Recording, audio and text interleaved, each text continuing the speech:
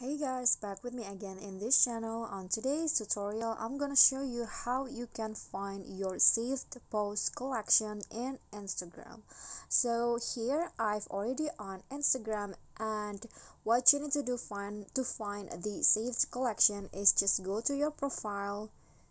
Oops, and then click on the three lines icon at the top right corner and then find the saved. Here you can find saved, and here is the save post, the save collections on my Instagram. You can see, and that's basically how you can find the post collection in Instagram. I hope this tutorial will be helpful to you.